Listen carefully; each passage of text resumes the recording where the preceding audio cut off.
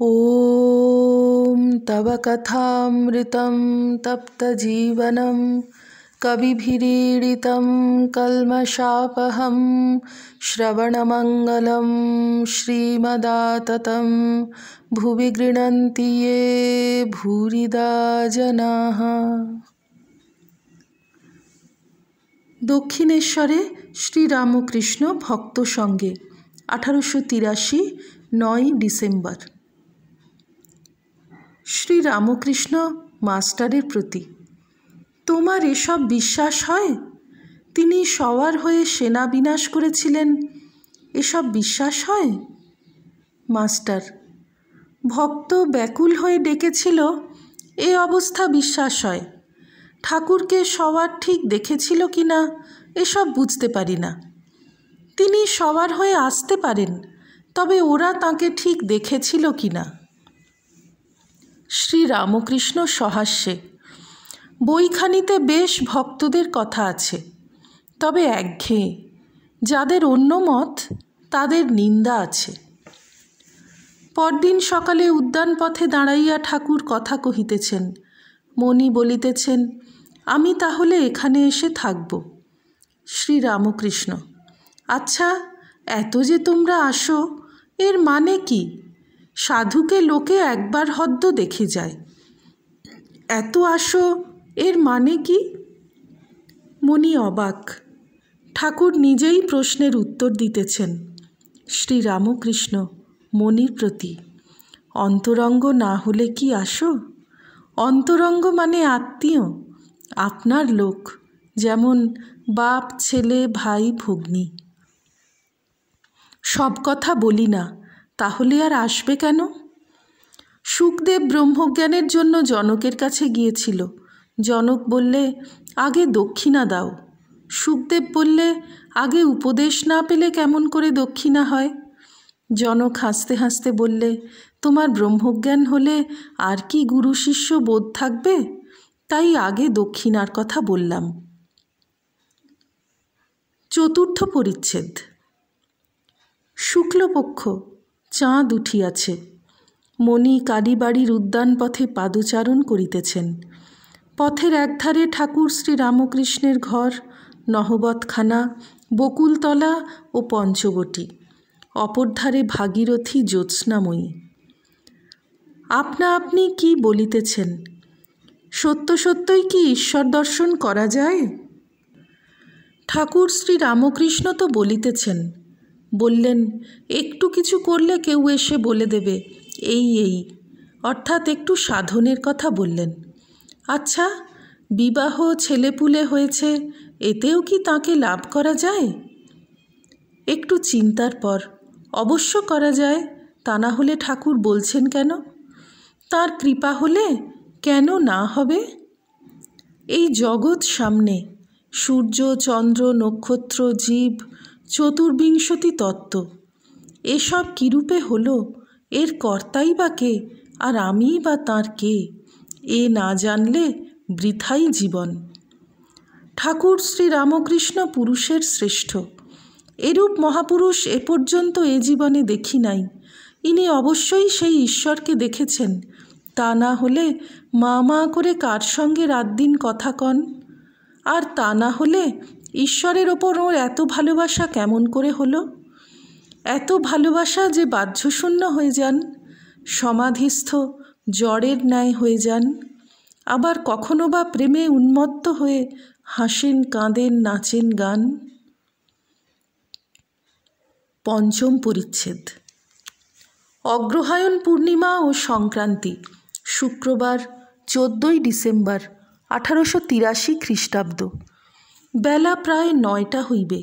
ঠাকুর শ্রীরামকৃষ্ণ তাঁহার ঘরের দ্বারের কাছে দক্ষিণ পূর্ব বারান্দায় দাঁড়াইয়া আছেন। রাখাল লাটু নিকটে এদিকে ওদিকে ছিলেন। মণি আসিয়া ভূমিষ্ঠ হইয়া প্রণাম করিলেন। ঠাকুর বলিলেন, এসেছ? তা আজ বেশ দিন। তিনি ঠাকুরের কাছে কিছুদিন থাকিবেন, সাধন করিবেন। ঠাকুর বলিয়াছেন, কিছু করিলেই কেউ বলে দেবে এই। ঠাকুর বলিয়া দিয়াছেন, এখানে অতিথিশালার অন্ন তোমার রোজ খাওয়া উচিত নয়। সাধু কাঙালের জন্য ও হয়েছে। তুমি তোমার রাঁধবার জন্য একটি লোক আনবে। তাই সঙ্গে একটি লোক এসেছে। তাহার কোথায় রান্না হইবে? তিনি দুধ খাইবেন। ঠাকুর রামলালকে গোয়ালার কাছে বন্দোবস্ত করিয়া দিতে বলিলেন। শ্রীযুক্ত রামলাল অধ্যাত্ম রামায়ণ পড়িতেছেন ও ঠাকুর শুনিতেছেন। মণিও বসিয়া শুনিতেছেন। রামচন্দ্র সীতাকে বিবাহ করিয়া অযোধ্যায় আসিতেছেন। পথে পরশুরামের সহিত দেখা হইল। রাম হরধনু ভঙ্গ করিয়াছেন শুনিয়া পরশুরাম রাস্তায় বড় গোলমাল করিতে লাগিলেন। দশরথ ভয়ে আকুল। পরশুরাম আর একটা ধনু রামকে ছুঁড়িয়া মারিলেন, আর ওই ধনুতে জ্যা রোপণ করিতে বলিলেন। রাম ঈষৎ হাস্য করিয়া বাম হস্তে ধনু গ্রহণ করিলেন ও জ্যা রোপণ করিয়া টঙ্কার করিলেন। ধনুকে বাণ যোজনা করিয়া পরশুরামকে বলিলেন, এখন এ বাণ কোথায় ত্যাগ করব বলো। পরশুরামের দর্প চূর্ণ হইল। তিনি রামকে পরব্রহ্ম বলে স্তব করিতে লাগিলেন। পরশুরামের স্তব শুনিতে শুনিতে ঠাকুর ভাবাবিষ্ট। মাঝে মাঝে রাম রাম এই নাম মধুর কণ্ঠে উচ্চারণ করিতেছেন। শ্রীরামকৃষ্ণ রামলালকে, একটু গুহক চণ্ডালের কথা বলো দেখি।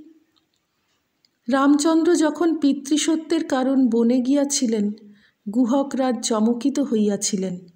রামলাল ভক্তমাল পড়িতেছেন। নয়নে গলয়ে ধারা মনে উতরোল, চমকি চাহিয়া রহে নাহি আইসে বল। নিমিখ নাহিক পড়ে চাহিয়া রহিল, কাষ্ঠের পুতুলি প্রায় অস্পন্দ হইল। তারপর ধীরে ধীরে রামের কাছে গিয়া বলিলেন, আমার ঘরে এসো। রামচন্দ্র তাঁকে মিতা বলে আলিঙ্গন করিলেন। গুহ তখন তাহাকে আত্মসমর্পণ করিতেছেন।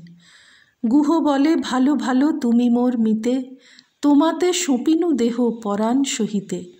তুমি মোর সরবশ প্রাণ ধন রাজ্য, তুমি মোর ভক্তি মুক্তি, তুমি শুভ কার্য।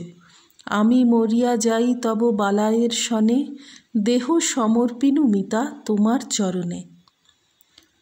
রামচন্দ্র 14 বৎসর বনে থাকিবেন ও জটাবল্কল ধারণ করিবেন শুনিয়া গুহ জটাবল্কল ধারণ করিয়া রহিলেন ও ফলমূল ছাড়া অন্য কিছু আহার করিলেন না।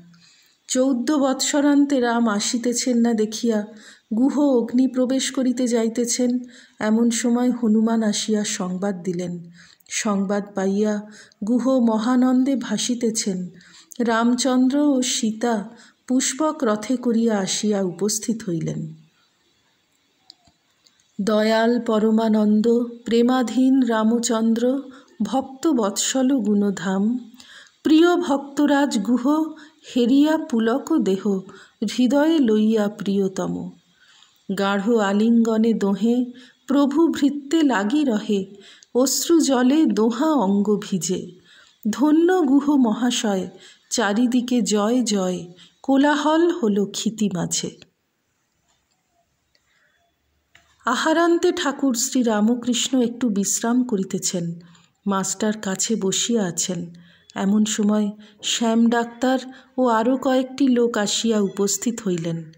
ঠাকুর শ্রীরামকৃষ্ণ উঠিয়া বসিলেন ও কথা কহিতে লাগিলেন। শ্রীরামকৃষ্ণ, কর্ম যে বরাবরই করতে হয় তা নয়। ঈশ্বর লাভ হলে আর কর্ম থাকে না। ফল হলে ফুল আপনিই ঝরে যায়। যার লাভ হয় তার সন্ধ্যাদি কর্ম থাকে না। সন্ধ্যা গায়ত্রীতে লীন হয়, তখন গায়ত্রী জপলেই হয়। আর গায়ত্রী ওঙ্কারে লয় হয়, তখন গায়ত্রীও বলতে হয় না, তখন শুধু ওং বললেই হয়। সন্ধ্যাদি কর্ম কতদিন? যতদিন হরিনামে কি রাম নামে পুলক না হয় আর ধারা না পড়ে। টাকা কড়ির জন্য কি মোকদ্দমা জিত হবে বলে পূজাদি কর্ম ওসব ভালো না। একজন ভক্ত, টাকা কড়ির চেষ্টা তো সকলেই করছে দেখছি। কেশব সেন কেমন রাজার সঙ্গে মেয়ের বিয়ে দিলে। শ্রীরামকৃষ্ণ, কেশবের আলাদা কথা। যে ঠিক ভক্ত সে চেষ্টা না করলেও ঈশ্বর তার সব জুটিয়ে দেন। যে ঠিক রাজার বেটা সে মুসোহারা পায়। উকিল ফুকিলের কথা বলছি না, যারা কষ্ট করে লোকের দাসত্ব করে টাকা আনে। আমি বলছি ঠিক রাজার বেটা। যার কোনো কামনা নাই সে টাকা কড়ি চায় না, টাকা আপনি আসে। গীতায় আছে যদৃচ্ছা লাভ। সৎ ব্রাহ্মণ যার কোনো কামনা নাই সে হাড়ির বাড়ির সিধে নিতে পারে।